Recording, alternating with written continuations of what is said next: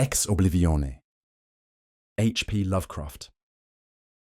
Published 1921, when the last days were upon me, and the ugly trifles of existence began to drive me to madness, like the small drops of water that torturers let fall ceaselessly upon one spot of their victim's body. I loved the irradiate refuge of sleep. In my dreams, I found a little of the beauty I had vainly sought in life, and wandered through old gardens and enchanted woods. Once, when the wind was soft and scented, I heard the south calling, and sailed endlessly and languorously under strange stars. Once, when the gentle rain fell, I glided in a barge down a sunless stream under the earth, till I reached another world of purple twilight, iridescent arbours, and undying roses. And once I walked through a golden valley that led to shadowy groves and ruins, and ended in a mighty wall green with antique vines, and pierced by a little gate of bronze.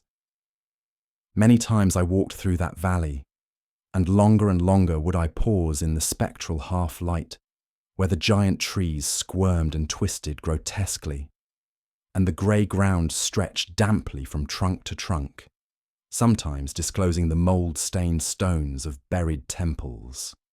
And always the goal of my fancies was the mighty vine-grown wall with the little gate of bronze therein.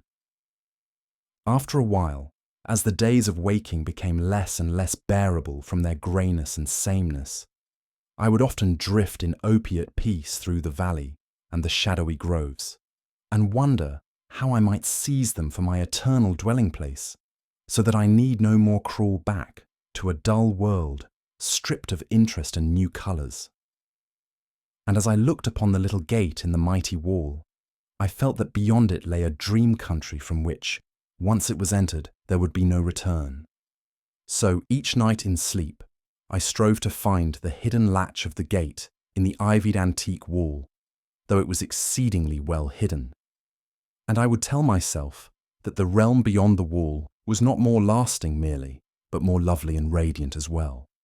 Then one night, in the dream city of Zakarian, I found a yellowed papyrus filled with the thoughts of dream sages who dwelt of old in that city, and who were too wise ever to be born in the waking world. Therein were written many things concerning the world of dream, and among them was lore of a golden valley and a sacred grove with temples and a high wall pierced by a little bronze gate. When I saw this lore, I knew that it touched on the scenes I had haunted, and I therefore read long in the yellowed papyrus.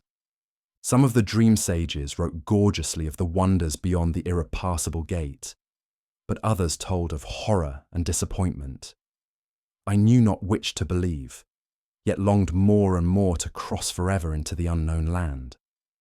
For doubt and secrecy are the lure of lures, and no new horror can be more terrible than the daily torture of the commonplace.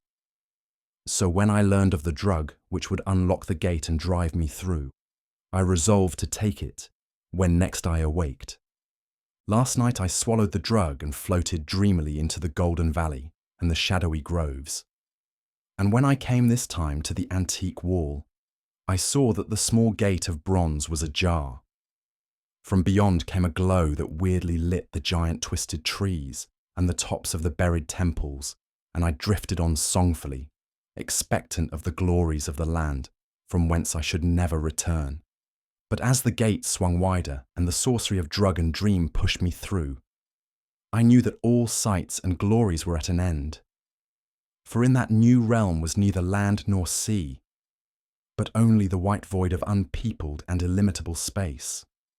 So, happier than I had ever dared hope to be, I dissolved again into that native infinity of crystal oblivion, from which the demon life had called me for one brief and desolate hour. Enjoyed the story? I post new audiobooks every week, so don't forget to hit subscribe and turn on notifications so you never miss one. I'd love to hear your thoughts. Drop a comment below and let me know what you thought of this story, or suggest what you'd like to hear next. Before you go, please consider treating yourself to a free audiobook on Audible. Just click the link in the description, start your free trial, and dive into thousands of classics. No strings attached, your first book is free, and it helps support the channel. Happy listening.